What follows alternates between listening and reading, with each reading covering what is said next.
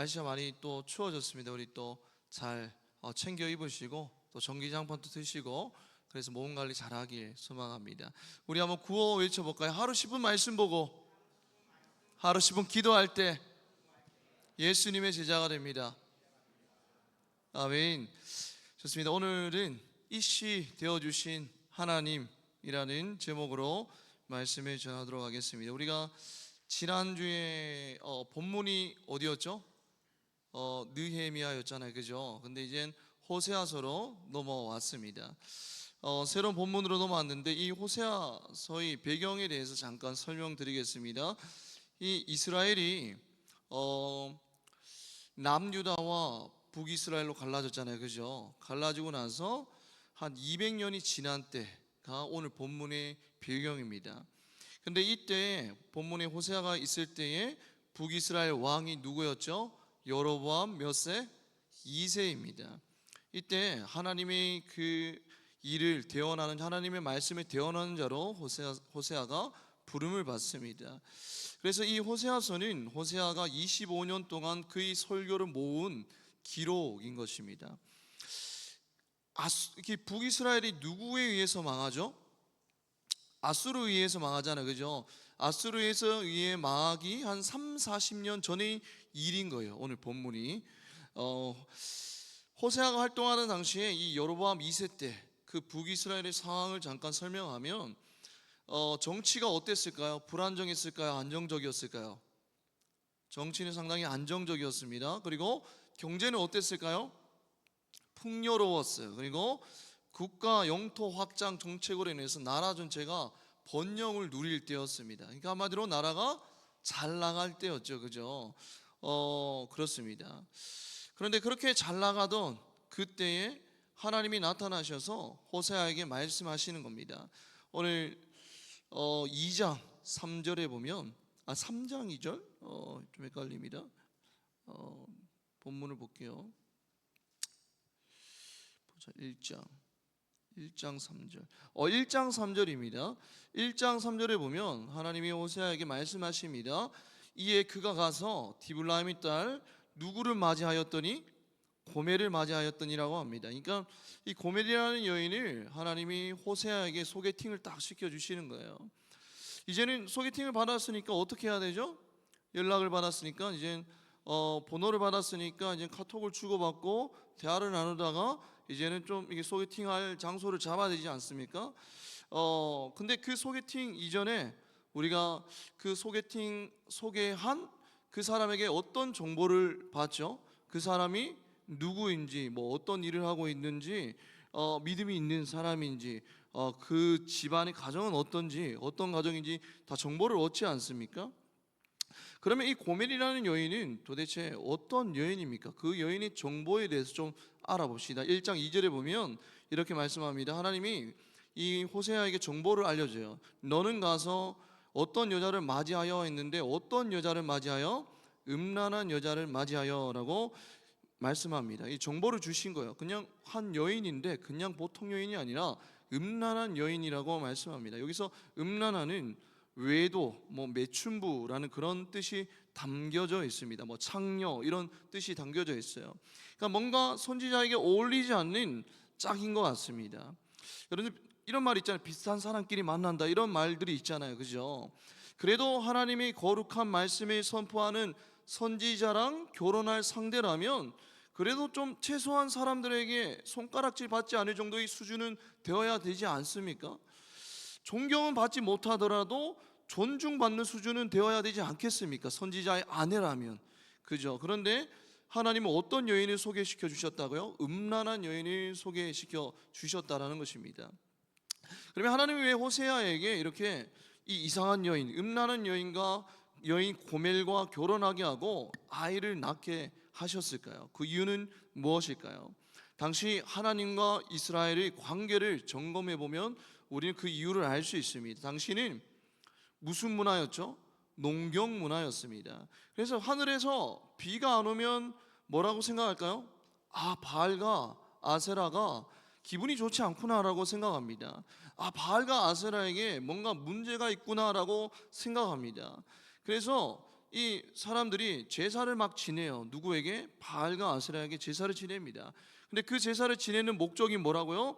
바알과 아세라의 음란한 행위를 회복시키기 위함입니다. 바알은 남성신이고 아세라는 여성신 아닙니까? 이 바알과 아세라가 관계를 맺게 하기 위해서, 음란한 관계를 맺게 하기 위해서 뭐를 드린다라고 이스라엘 백성들이 제사를 드리는 겁니다.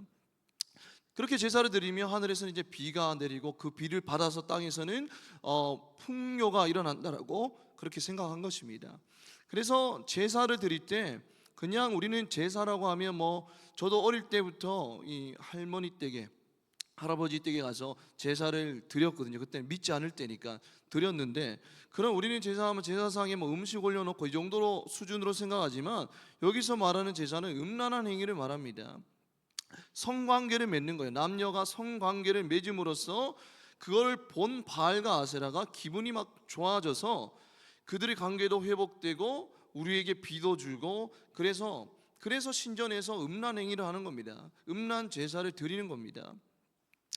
이렇게 이스라엘 백성들은 신랑 대신 하나님을 버리고 바알과 아세라라는 우상에게 외도를 하고 있었던 것입니다. 요즘 말로 말하면 불륜을 저지르고 있었던 것이죠. 하나님이 우리 남편이신데 하나님이 아니라 바알과 아세라에게 지금 외도를 하고 있는 모습입니다. 그래서 음란한 이스라엘인 거예요. 그러니까 고멜의 모습과 음란한 여인 고멜의 모습과 음란한 이스라엘 백성들의 모습이 같다라는 것입니다. 여러분들, 고멜은 호세아와 결혼하고 애를 몇이나 놓죠? 한 명, 두 명, 세 명이나 놓죠. 그죠? 그리고 놓고 나서 나중에 결혼하고 애를 놓고 나서 다른 남자가 좋아서 또 그에게 가버립니다. 애를 세 명 버려두고 다른 남자에게 가버린다는 것입니다. 여러분들, 애 한 명 또 키우기 너무 힘들 텐데 세 명이나 버리고 다른 남자에게 가버리면 도대체 어떻게 살란 말입니까? 호세아는. 그런 하나님은 호세아에게 나타나셔서 뭐라고 말씀하냐면, 너는 그녀에게 가서 저주를 퍼부어라 이렇게 말씀한 것이 아니라 돈을 지불해서 다시 아내를 데리고 오라라고 그렇게 호세아에게 말씀하시는 거예요. 여러분, 이게 말이 됩니까? 여러분들, 내 아내잖아요, 그죠? 내 아내인데 그 아내랑 바람난 그 남자에게 가서 그 남자에게 돈을 주고 다시 내 아내를 데려와야 된다는 것, 너무나 웃긴 상황 아닙니까? 너무나 말이 안 되는 상황이죠. 하나님은 왜 이런 상황을 허락하셨을까요? 호세아에게 왜 음란한 여인, 바람피는 여인과 결혼하라고 하나님은 그렇게 명령하셨을까요? 그 이유는 뭐냐면 호세아와 고멜과의 관계를 통해서 하나님과 이스라엘의 관계를 보여주고 싶으셨던 것입니다. 당시 하나님과 음란한 이스라엘과의 관계를 적나라하게 보여주고 싶었던 거예요. 여러분들, 남편 호세아는 곧 하나님을 의미합니다. 그리고 음란한 아내 고멜은 누구를 의미해요? 남편 대신 하나님을 떠나서 바알을 섬기는, 바알과 불륜을 저지르는 음란한 이스라엘 백성을 의미하는 거예요. 그리고 이 관계를 통해서 하나님은 이스라엘 백성들을 향한 하나님의 마음을 보여주고 싶으셨던 거예요. 호세아와 고멜의 관계를 통해서 이스라엘 백성들을 향한 하나님의 진심을 보여주고 싶으셨던 것입니다. 하나님은 오늘 호세아서의 그 말씀을 통해서 호세아와 고멜과의 관계를 통해서 여기 앉아있는 여러분들에게 말씀하시는 거예요. 너희를 향한 나의 마음을 좀 알아주면 안 되겠니라고 말씀하고 계신 거예요.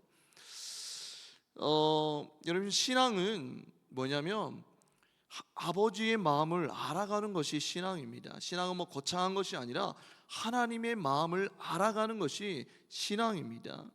여러분들, 저도 그렇습니다.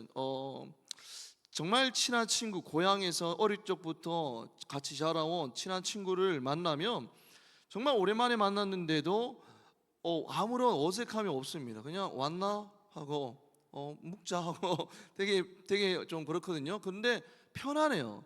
왜 그러냐면, 왜 이렇게 편안하냐면 서로의 마음을 잘 알기 때문입니다. 얘가 어떤 생각을 하는지, 어떤 고민이 있는지 눈빛만 봐도 잘 알기 때문에. 어릴 때부터 커왔잖아요, 그죠? 그렇기 때문에 편한 거예요. 서로 마음을 잘 알기 때문에. 마찬가지입니다. 하나님은 물론 다 좋아하시지만 하나님은 하나님의 마음을 알아주는 사람을 되게 좋아하실 것 같아요. 여러분들도 그렇지 않습니까? 내 마음을 나의 마음을 알아주는 사람을 되게 좋아하지 않습니까? 나의 고민과 나의 아픔을 알아주고 이해해주는 사람을 좋아하잖아요, 그죠? 마찬가지로 하나님도 우리가 하나님 마음을 알아줄 때에 하나님 너무 좋아하실 것 같아요. 그래서 우리는 항상 고민해야 됩니다. 오늘 하나님은 어떤 마음을 가지고 계실까? 이 땅을 향한 하나님의 마음, 나를 향한 하나님의 마음은 무엇일까? 고민하고 늘 하나님의 마음을 알아가는, 그래야 해서 하나님을 기쁘시게 해드리는 우리 청년들 되기를 주님의 이름으로 축복합니다. 여러분들, 우상을 향해서 그렇게 불륜을 저지르고 외도를 하고 있는 이스라엘 백성들을 향한 그 하나님의 마음, 하나님의 진심은 무엇일까요? 2장 16절에 보면 이렇게 말씀하고 있습니다. 2장 16절에 성경책을 막 부지런히 여러분 펼쳐보세요. 2장 16절에 보면 이렇게 말씀합니다. 그날에 네가 나를 후반부에요. 그날에 네가 나를 남편이라 일컫고, 그 뒤에 다 같이 읽을까요? 시작. 다시는 내 바알이라 일컫지 아니하리라 라고 말씀합니다. 그러니까 외도한 이스라엘 백성들에게 하나님은 무엇이 되어 주신다라고요? 남편이 되어 주신다라는 거예요. 그리고 다시는 내 뭐라 일컫지 아니하리라? 바알이라 일컫지 아니하리라라고 말씀합니다. 그러니까 남편이라는 단어와 바알이라는 단어에 주목하시기 바랍니다. 여러분들, 남편은 히브리어로 뭐라 부를까요? 남편을 히브리어로, 여러분 그 찬양 있잖아요. 누가 누구에게? 이씨가 이샤에게라는 찬양 있잖아요, 그죠? 이씨가 이샤에게라는 찬양의 뜻을 여러분들 알고 불렀습니까? 뜻이 뭐죠? 누가 누구에게? 남자가 여자에게, 아니면 남편이 아내에게라는 그런 뜻이에요. 남자가 여자에게, 아니면 남편이 아내에게, 이런 뜻이 있습니다. 그러니까 이 시는 뭐냐면 남편이라는 이런 뜻이 있습니다. 그리고 이제 또 바알이라는 단어를 우리가 좀 알아봅시다. 바알에는 두 가지 뜻이 있어요. 첫 번째는 뭐냐면 말 그대로 우상 숭배하는 그 바알 신의 이름입니다. 바알, 우상을, 이스라엘 백성들이 우상 숭배하는 그 신의 이름이 뭐라고요? 바알이에요. 그게 첫 번째고, 두 번째로는 그 바알에 무슨 뜻이 있냐면 남편이라는 뜻이 있습니다. 무슨 뜻이요? 남편. 바알에도 남편이라는 뜻이 있는 거예요. 여러분들, 남편은 히브리어로 이시인데, 여러분들 이 바알에도 무슨 뜻이 있다고요? 남편이라는 뜻이 있다라는 겁니다. 그런데 이 이시와 바알은 둘 다 남편이라는 뜻이 있지만, 여러분들 그 어감에는 차이가 있다라는 거예요. 여러분들, 전자 이 이시에는 어떤 뜻이 있냐면 아내와 동등한 위치에서의 남편을 의미합니다. 아내와 뭐 상하 복종의 관계가 아니라 아내와 남편, 아내와 동등한 위치에서의 남편을 의미하는 게 뭐라고요? 이시예요, 이시. 우리말로 옮기면 여보, 당신, 이런 의미죠. 동등한 위치잖아요. 여보, 당신. 그런데 후자 바알은 뭐냐면 아내를 소유의 개념으로 보는 남편을 강조하는 의미입니다. 여러분들, 아내를 그냥 동등한 인격체가 아니라 소유의 개념으로 보는 나라도 있잖아요, 그죠? 막 일부 다처제하고 아내를 막 물건 대하듯이 대하고 막 팔아버리고 이런 나라도 있지 않습니까? 그런 개념인 거예요. 아내를 그냥 동등한 인격체가 아니라 소유로 보는 개념이 뭐라고요? 바알입니다. 그게 남편이라는 뜻이 있어요. 그러니까 군림하는 왕으로서의 소유자의 의미인 겁니다. 이 바알에서의 남편은. 그런데 하나님을 버리고 다른 우상들을 섬기는 우리에게, 하나님을 버리고 남편 대신 하나님을 버리고 다른 우상에게 외도하는 우리에게, 너 우상에게 바람 폈으니까 이제 너는 오늘부로 나의 종이야, 너는 이제 말도 한마디도 하지 말고 내 말만 들으라고 하면서 군림하는 그런 주인의 모습, 즉 주종 관계가 아니라 동등한 파트너로서 긴밀한 사랑을 나누는 그런 부부 관계, 연인 관계로서 우리를 대하겠다라는, 그런 이스라엘 백성을 대하겠다라는 그런 말입니다. 2장 16절에 그날에 네가 나를 남편이라 일컫고, 이거는 너희가 비록 우상 외도를 했지만 그럼에도 나는 너희를 동등한 위치에서 사랑하겠다, 끝까지 책임지겠다라는 그런 의미가 있다라는 것입니다. 근데 이게 솔직히 가능한 일입니까?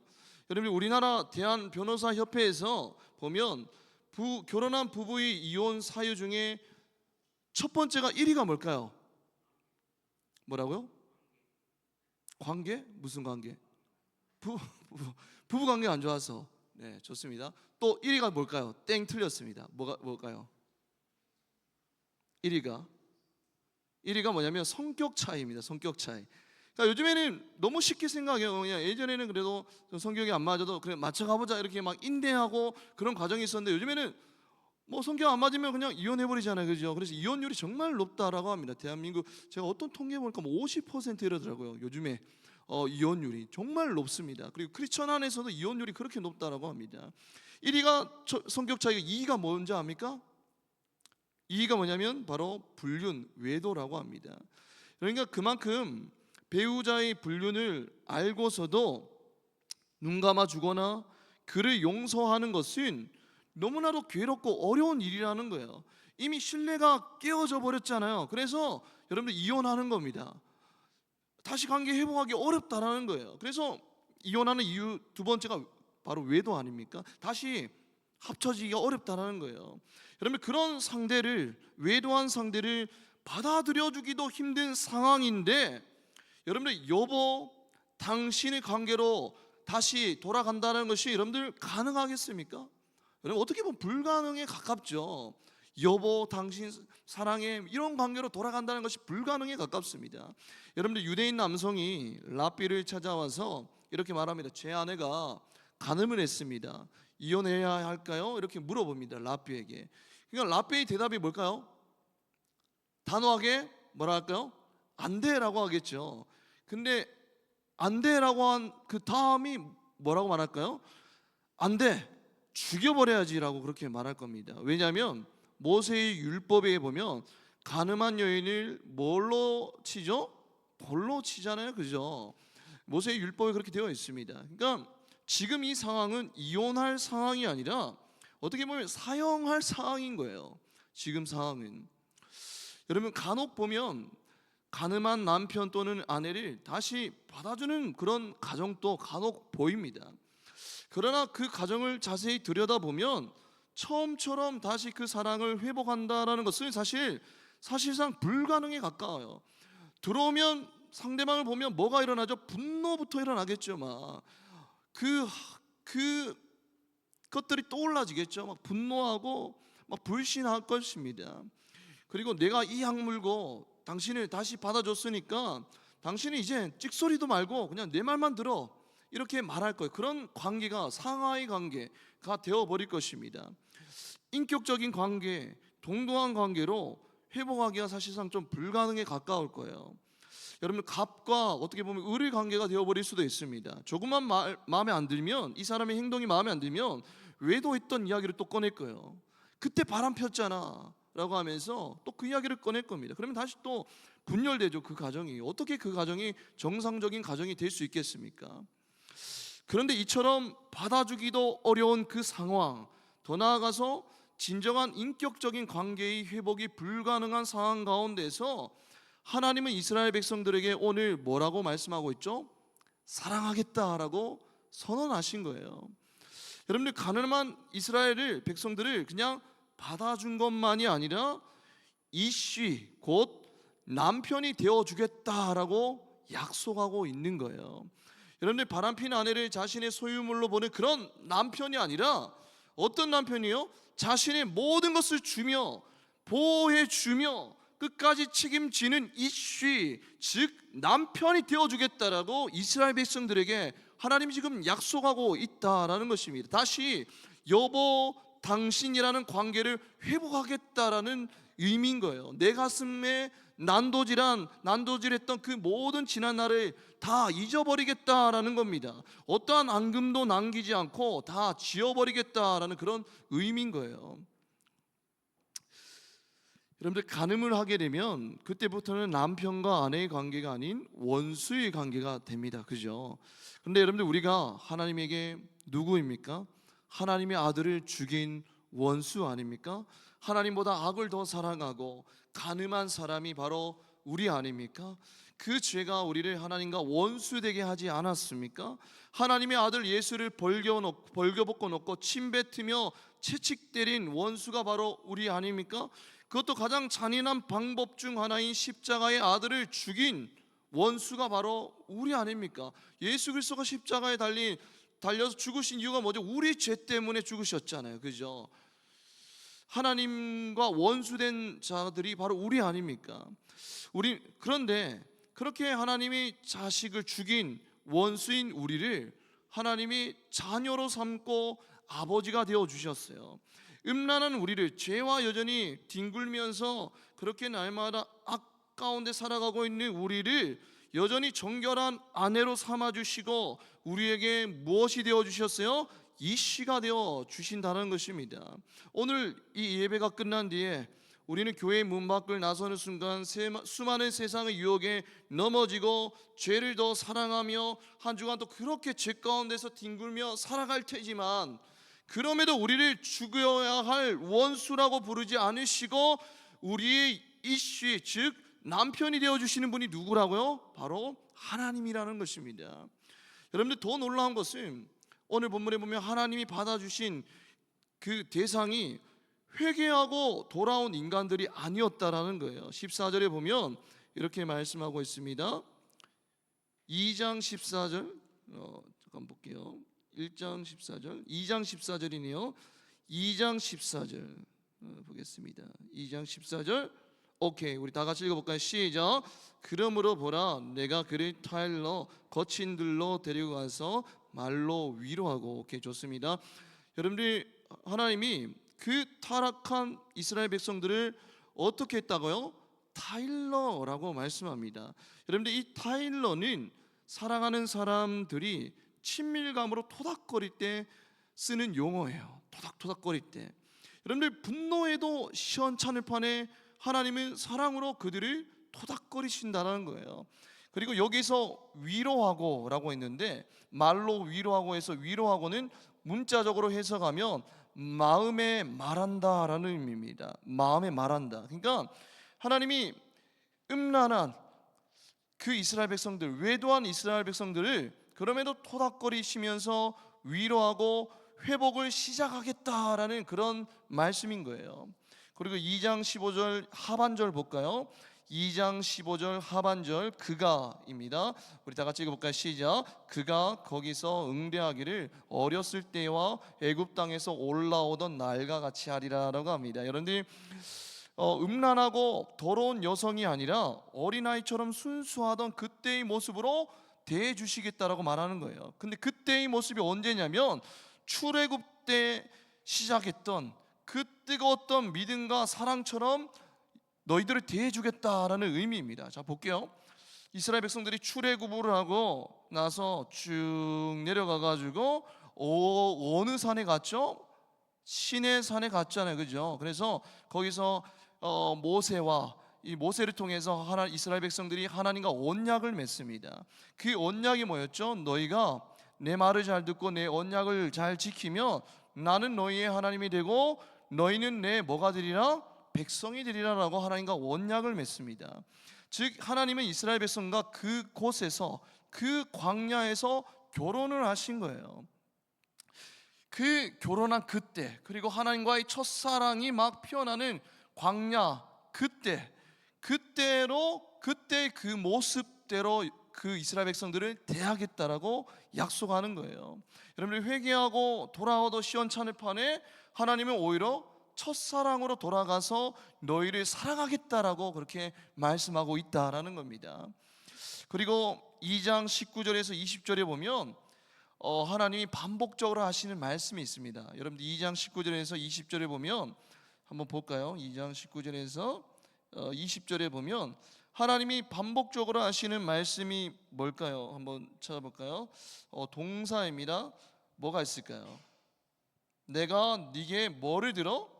장가 들어라고 합니다. 20절에도 진실함으로 내게 장가 들리니 라고 말씀하고 있습니다. 그러니까 이 외도한 이스라엘 백성들이 하나님께 무릎 꿇고 제발 좀 하나님 용서해 주십시오, 제발 좀 저랑 같이 살아 주십시오라고 싹싹 빌어도 부족할 판에 하나님이 우리에게 그 타락한 이스라엘 백성들에게 뭐 하겠다라고 말씀하시죠? 내가 네게 장가 들겠다라고 고백하시는 거예요.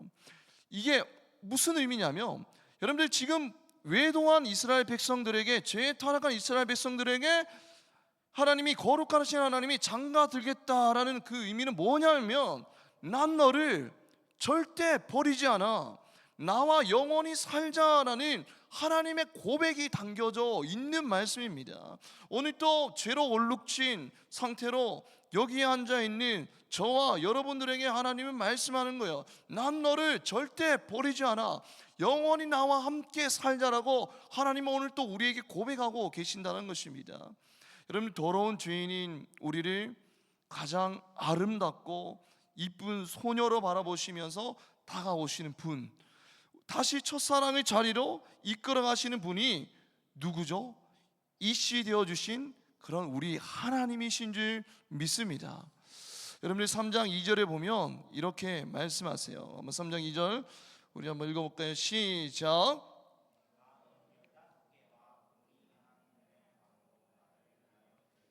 네, 좋습니다. 하나님께서는 호세아에게 말씀하세요. 다른 남자를 그 딸을 따라가서 나가서 살고 있는 고멜을 다시 데려오라고 말씀합니다. 그냥 데려오는 게 아니라 그 사내에게 뭐를 지불하고, 값을 지불하고 고멜을 데려오게 하십니다. 근데 호세아가 그 사내에게 지불해야 했던 그 값은 얼마일까요? 은 몇 개? 15개, 15세겔이에요. 15세겔. 그리고 은 말고 또 다른 거는 뭐죠? 보리 한 호멜 반을 지불했습니다. 그러니까 보리 한 호멜만을 은으로 계산하면 15세겔입니다. 그러면 15 더하기 15는 몇 세겔이에요? 30세겔을, 은 30세겔을 지불했다라는 것입니다. 여러분들이 호세아가 고멜을 위해서 지불한 비용은 총 30세겔인데, 여러분들 이 30세겔은 종 한 사람의 몸값입니다. 그런데 여러분들 자 보십시오. 신약으로 넘어와서 가룟 유다가 예수님을 팔고 받은 은은 몇일까요? 은 30이죠. 그죠? 여러분들, 우리는 가룟 유다처럼, 그리고 고멜처럼 내 안에 있는 하나님을 팔아버리고 내가 자꾸 살아가는 것들로, 세상의 것들로 우리는 채워넣지 않습니까? 그러나 하나님은 그런 우리를, 너 이젠 외도했으니까 저리 가 하면서 막 사단에게 팔아버린 것이 아니라 오히려 누구를 팔아버렸죠? 예수를 십자가에 팔아버리면서 우리를 속량하셨습니다. 이게 바로 우리를 향한 하나님의 사랑이에요. 이씨 대신, 우리 남편 대신 하나님의 사랑이라는 것입니다. 제가 예전에 나는 가해자의 엄마입니다라는 책을 읽은 적이 있습니다. 근데 그 책의 저자는 스클리드 볼드라는 사람이에요. 1999년에 4월 20일 날에 미국 콜로라도주 콜럼바인 고등학교에서 이 총기 난사 사건이 막 발생합니다. 근데 그 총기 난사의 범인이 누구였죠? 그 딜런 클리볼드라는 사람입니다. 그 아까 전에 그 저자의 아들이죠. 이 딜런은 친구 에릭 해리스와 함께 학생 12명과 교사 1명을 사살했고 24명 정도에게 심각한 부상을 입혔습니다. 그래서 그중 대부분은 장애인이 되었고 그들의 삶은 망가졌습니다. 대단히 끔찍한 사건이죠. 그래서 이 스쿨리드 볼드는 자기 자식이 저지른 거대한 범죄를 마주하게 됩니다. 그리고 나는 가해자의 엄마입니다라는 제목의 책을 썼습니다. 근데 그 책의 내용은 자신의 아들 딜런을 옹호하는 내용으로 채워져 있지는 않아요. 우리 아들은 죄가 없습니다. 우리 아들은 어릴 때부터 착한 아들이었고 우리 아들은 죄가 없는 그런 사람입니다라고 아들을 옹호하지 않았습니다. 오히려 아들이 그렇게 끔찍한 살인마로 변모해가는 동안 그걸 알아채지 못한 자신에 대한 한탄이 주된 내용이었어요. 그 책의 내용이 한번 읽어드리겠습니다. 특히 힘겨웠던 어느 날 밤 남편이 지친 듯 이렇게 말했다. 걔가 우리도 죽였더라면 좋았을 텐데. 그 뒤 여러 해 동안 같은 생각을 얼마나 많이 했는지 모른다라고 책에서 그렇게 말하고 있었습니다. 그러니까 그녀는 아들이 저지른 죄를 변명하지 않았어요. 그렇다고 변명하지는 않았지만 그렇다고 자신의 아들을 미워할 수도 없었다라는 것입니다. 저런 나쁜 새끼, 내가 널 어떻게 키웠는데 너 이 새끼 너 지옥이나 떨어져 버려라고 그렇게 속 시원하게 저주를 퍼붓고 훌훌 털어버리고 가벼운 마음으로 점심을 먹으러 갈 수가 없었습니다. 왜죠? 그 이유는 단 하나, 자신이 낳은 아들이기 때문입니다. 오히려 그 아이가 나도 죽였으면 좋았을 텐데라고 말할 수밖에 없었어요. 여러분들, 이 스쿨리 볼드와 그의 남편의 마음이 누구의 마음과도 같죠? 하나님의 마음과도 같습니다. 고멜과 같이 하나님보다 죄를 더 사랑하는 우리에게 너 죄 지었으니까 지옥에 가라면서 우리를 정죄하시는 것이 아니라 오히려 그런 우리를 살리려고 예수를 십자가에 내어주시는 분이 누구라고요? 우리의 이씨 대신, 우리 남편 대신 하나님이라는 것입니다. 여러분들이 그 하나님의 사랑 여러분들 느끼고 살아가고 있습니까? 여러분들, 죄인된 우리를 그럼에도 우리를 버리지 아니하시고 내가 너와 끝까지 함께 하겠다라는 이씨 남편 대신 하나님의 사랑을 늘 경험하며 살아가고 있습니까? 여러분들, 근데 그 우리 남편 대신 하나님의 사랑에 감동한 자는 우리가 어떤 삶을 살게 될까요? 호세아서 12장 6절 말씀 마지막으로 우리 펼쳐보겠습니다. 호세아서 12장 6절 말씀,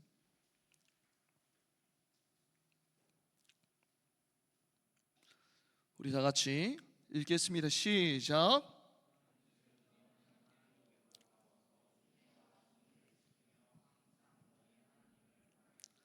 네, 하나님께로 돌아와서 뭐를 지키며? 인애를 지키며라고 말씀하고 있습니다. 여러분들, 하나님의 성품 중에 하나가 이 인애 아닙니까? 여러분들, 인애는 여러분들 원어가 뭐냐면 헤세드입니다. 뭐라고요? 헤세드라는 거예요. 헤세드 뜻이 뭐냐면 변함없는 무조건적인 사랑을 의미합니다. 헤세드는 어떤 사랑을 의미한다고요? 변함없는 무조건적인 사랑을 의미합니다. 여러분들, 이씨 우리 남편 되신 하나님은 어떤 사랑을 우리에게 베푸셨죠? 변함없는 무조건적인 사랑을 베푸셨습니다. 외도한 우상에게 외도한 이스라엘 백성들을 그럼 너희는 지옥에 가라고 그렇게 말씀하지 아니하시고, 그러면은 내가 너희를 포기하지 않을 거야, 내가 너희 남편이 될 거야, 내가 너희에게 장가갈 거야 라고 말씀하신 그 사랑이 어떤 사랑이라고요? 이 인애, 헤세드의 사랑이라는 것입니다. 우리 상태와 상관없이, 우리 행동과 상관없이 변함없이 우리를 무조건적으로 사랑해 주시는 그 사랑이 뭐라고요? 헤세드라는 거예요. 하나님이 그런 사랑을 베푸셨는데 그 사랑을 우리가 그 사랑에 감격했다라면, 그 사랑에 감사하고 산다라면 그 헤세드의 사랑을 어떻게 하기를 원하십니까? 세상 가운데 흘려보내기를 원하신다라는 거예요. 세상 가운데 믿지 않는 영혼들에게 그들을 그럼에도 사랑하려고 몸부림치는 그 헤세드의 사랑을 흘려보내기를 원하신다는 것입니다. 그럴 때 우리는 세상 가운데 빛과 소금이 되고 믿지 않는 자들이 우리 삶을 보고 예수 그리스도 믿게 된다라는 것입니다. 여러분들, 하나님의 사랑, 오늘 이제 다음 주면 무슨 축제죠? 전도 축제입니다. 여러분들, 반드시 담대하게 그 하나님의 헤세드의 사랑을 받은 자로서 여러분들 그 사랑의 감격에서 세상 가운데 헤세드의 사랑을 흘려보냄으로 말미암아 오늘 또 하나님 믿지 않은 한 영혼이 하나님의 사랑을 경험하고 이곳 가운데 와서 함께 예배드리는 역사를 목도하는 우리 모든 청년들 되기를 주님의 이름으로 축복합니다. 이 시간 우리 다 같이 찬양하며 나아가겠습니다.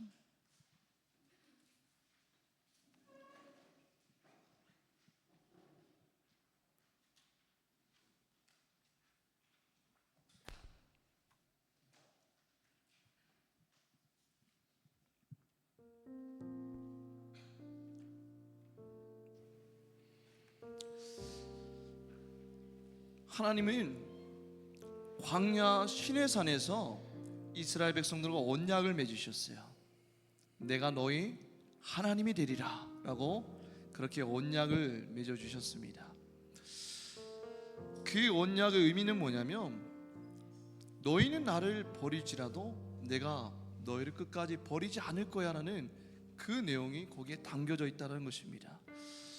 우리가 비록 죄 가운데 뒹굴고 날마다 쓰러지고 자빠지는 존재이지만 그럼에도 사랑하고 어여쁜 자여라고 불러주시는 그 이씨 남편 대신 하나님의 사랑이 그 언약에 담겨져 있다는 거예요. 오늘 우리가 부를 찬양은 나의 하나님인데 이렇게 고백하고 있어요. 우리는 날마다 죄 가운데 뒹굴고 하나님을 사랑한다고 고백하지만 세상의 것들에 외도하는 우리지만 그럼에도 오늘 가사에서는 고백하고 있습니다. 나의 사랑 너는 어여쁘고 참 귀하다. 보석보다 귀하다라고 하나님이 우리에게 말씀하고 있는 거예요. 그 하나님이 누구시기 때문이죠? 이씨 남편 되신 하나님이시기 때문입니다. 우리를 끝까지 버리지 아니하시고 끝까지 책임지시는 남편 되신 하나님이 오늘 또 우리에게 말씀합니다. 내가 너를 끝까지 포기하지 않을 거야. 내가 끝까지 너를 책임질 거야 라고 말씀하는 거예요. 그 하나님의 사랑을 기억하면서 우리 다 같이 찬양함으로 나아가겠습니다.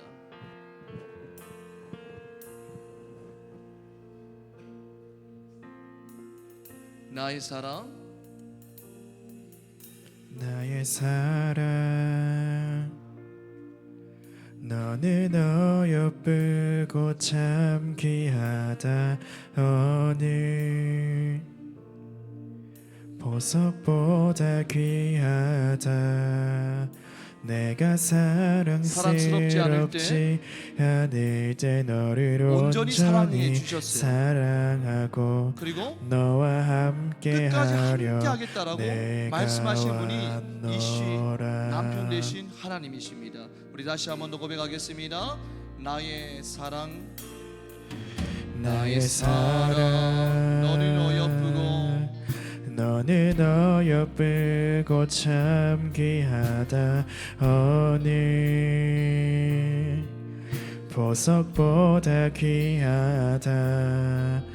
내가 사랑스럽지 않을 때 너를 온전히 사랑하고 너와 함께하려 내가 왔노라. 2절 고백하겠습니다. 나의 사랑 나의 사랑 이 사랑은 하나님의 사랑은 결코 변치 않습니다. 모든 우리는 하나님을 향해 계절 변할 수 있어도 돌보시네. 하나님은 변하지 않습니다. 푸른 마르고 꽃은 시디나 주의 말씀은 신실해. 실수가 없으신 주만 바라라. 주님의 나라 주님의 나라와 뜻이 나의 삶 속에 임하시며 주님 알기를 주만 보기를 소망해.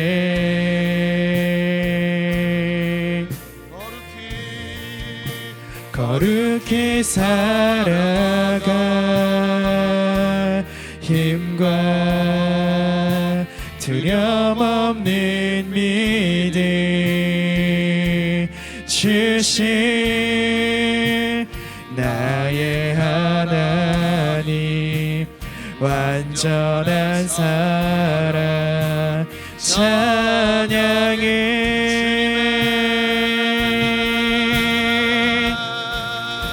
주님의 나라와 뜻이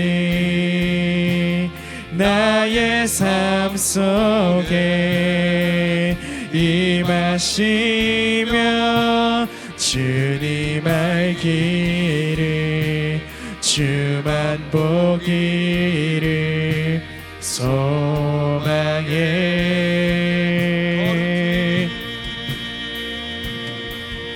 거룩히 살아가 힘과 두려움없는 믿음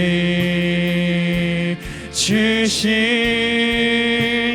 나의 하나님 완전한 사랑 찬양해.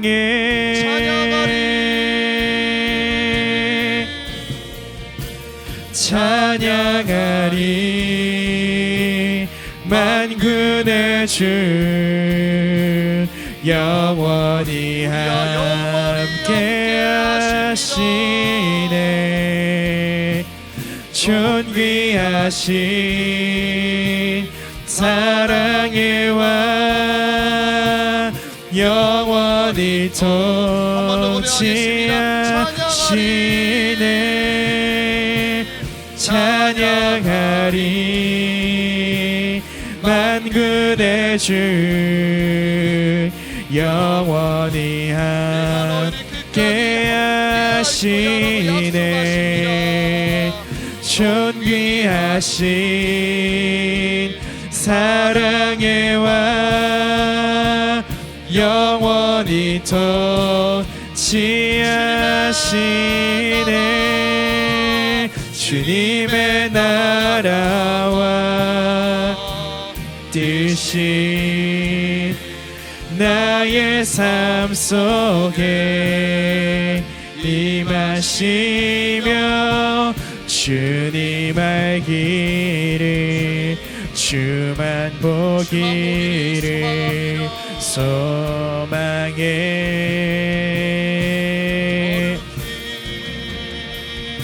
거룩히 살아갈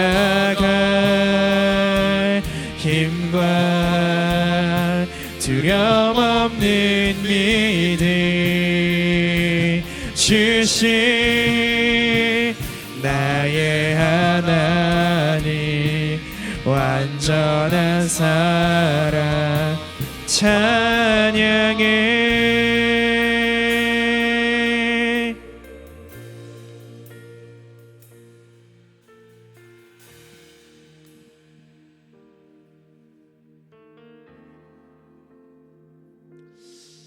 오늘 이스라엘 백성들은 하나님 앞에 죄를 범하였습니다.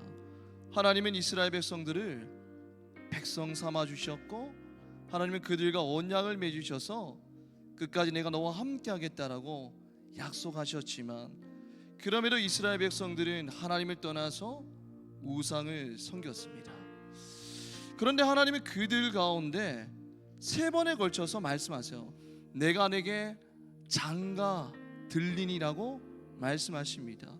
외도한 이스라엘 백성이 하나님께 무릎 꿇고 제발 좀 같이 살게 해달라고 삭삭 빌어도 부족할 판에 반대로 하나님이 우리에게 장가 들겠다라고 고백하시는 거예요. 그 의미는 뭐냐면 난 너를 절대 버리지 않아 나와 영원히 살자라는 하나님의 고백이 담겨져 있는 것입니다. 오늘 또 죄로 얼룩진 상태로 여기에 앉아있는 우리에게 하나님은 동일하게 말씀하세요. 난 너를 절대로 버리지 않아 나와 영원히 함께 살자라고 우리에게 고백하고 계시는 것입니다. 이 시간 우리 다 같이 기도할 때 우리를 버리지 아니하시고 끝까지 책임져 주시는 그 이씨 하나님, 우리 남편 되시는 그 하나님께 감사함으로 나아가게 허락하여 주시옵소서. 날마다 그 사랑이 감격하여서 우리 남편 되시는 하나님과 날마다 동행하며 살아가는 거룩한 인생 되게 허락하여 주시옵소서. 주여 한번 외치고 기도하겠습니다. 주여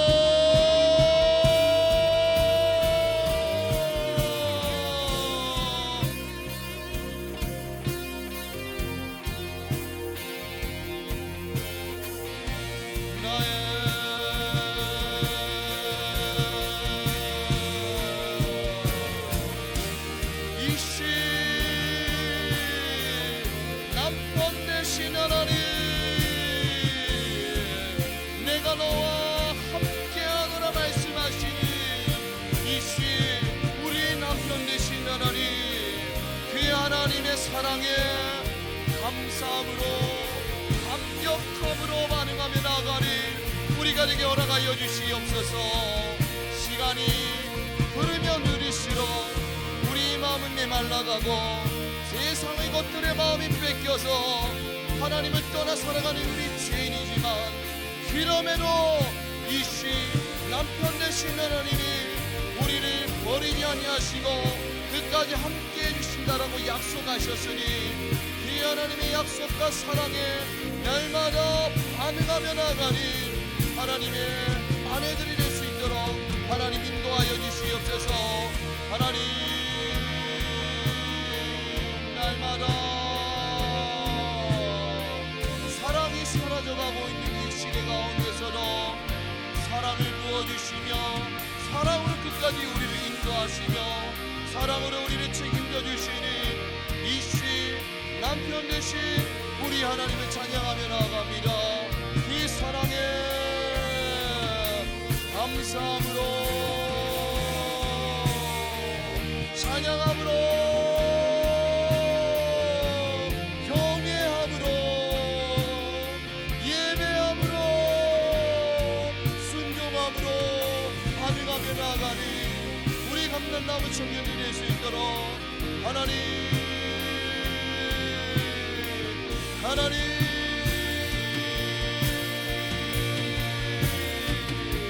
이스라엘 백성들이 광야에서 하나님과 맺은 그 언약을 배반했지만 그럼에도 그 언약을 신실하게 지켜나가시는 우리 하나님 이 신의신 우리 하나님을 찬양하며 나아갑니다. 하나님을 향한 우리 사랑이 변질될 때가 많지만 하나님을 향한 우리의 사랑 그 사랑은 변할 때가 많지만 하나님 그럼에도 우리를 향한 하나님의 사랑이 변치 않고 영원히 지속된 것을 믿음으로 선포하며 나아갑니다. 그 하나님을 찬양하며 나아갑니다. 이 사랑에 늘 반응하며 감사함으로 경외함으로 나아가는 주의 청년이 될 수 있도록 인도하여 주시옵소서. 하나님은 하나님이 택하신 그 자녀들을 버리지 아니하시고 끝까지 책임지시는 이씨 되신 하나님이십니다. 그런데 하나님이 하나님을 믿는 그 자녀들만 사랑하시는 것이 아니라 오늘 또 하나님을 모르고 죽어가는 그 영혼들 또한 너무나 사랑하신다는 것입니다. 오늘 또 하나님은 그 영혼들을 향해 눈물 흘리며 그 영혼들이 돌아오기를 간절히 기다리고 계신다는 것입니다. 그리고 하나님의 그 사랑 헷세대의 사랑을 힘입은 우리 또한 세상 가운데서 나 잘 먹고 나 잘 살기 위해서 아둥바둥 살아가는 인생이 아니라 그 헷세대의 받은 그 사랑을 세상 가운데 전하기를 간절히 소망하고 계신 거예요. 하나님께 받은 그 헷세대의 사랑을 세상 가운데 전하며 살고 있습니까? 우리 구원된 그 복음을 전하며 살고 있습니까? 오늘 또 사망의 길로 걸어가고 있는 그들을 향해 헷세대의 사랑으로 복음을 전하고 있습니까? 이 시간 우리 마지막으로 기도할 때 하나님이 주시는 그 헷세대의 사랑으로 복음을 담대히 전하게 허락하여 주시옵소서. 복음을 전할 때에 믿지 않는 영혼들이 예수를 영접하게 허락하여 주시고 이곳 가운데 함께 나와 예배드리는 역사를 목도하는 전도 축제 되게 달라고 이 시간 마지막으로 주여 한번 외치고 기도하겠습니다. 주여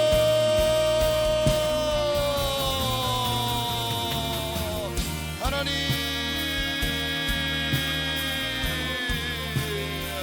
이시 하나님 그의 세대의 사랑을 먼저 받은 자로서 하나님 그 사랑이 세상 가운데 삶으로 흘려보내는 하나님의 거룩한 자녀들이 되게 허락하여 주시옵소서.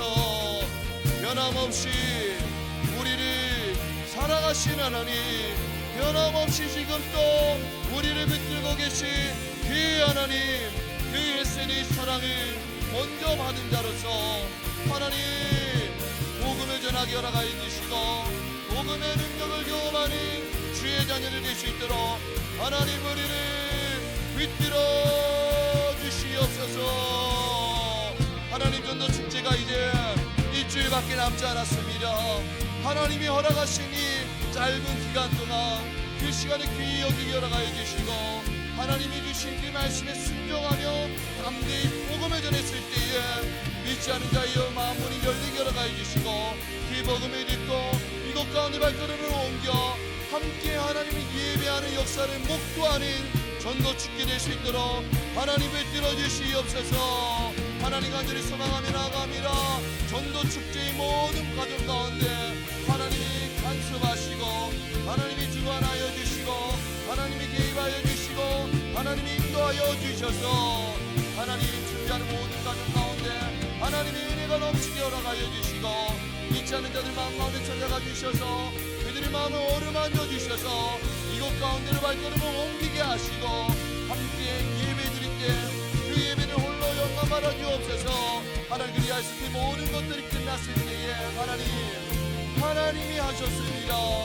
하나님이 홀로 영광 받아 주옵소서를 고백할 수 있는 우리 전도 축제 될 수 있도록 하나님 은혜를 더하여 주시옵소서.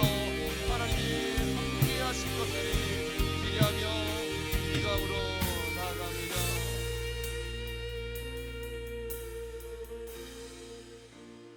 하나님이 사랑한다고 고백하지만 그럼에도 내 마음 가운데서는 하나님을 버리고 세상 것들에 날마다 외도하는 연약한 우리입니다. 그런데 그런 연약한 우리를 버리지 아니하시고 우리에게 내가 내게 장가들리라고 말씀하신 그 이씨 남편 되신 하나님의 사랑에 늘 감사하며 감격하며 찬양함으로 나아갈 수 있는 우리 모든 청년들이 될 수 있도록 하나님 인도하여 주시옵소서. 하나님을 향한 우리 사랑은 변질될 때가 많지만 우리를 향한 하나님의 사랑은 변하지 않는 무조건적인 햇셀의 사랑임을 날마다 기억하게 하시고 그 사랑을 누리는 자로서 먼저 누리는 자로서 세상 가운데 그 사랑을 전할 때에 믿지 않는 한 영혼이 주께로 돌아와 함께 예배드리는 역사를 목도하는 전도 축제 될 수 있도록 하나님 인도하여 주시옵소서. 사랑이 많으신 우리 주 예수 그리스도 이름으로 기도드립니다. 아멘.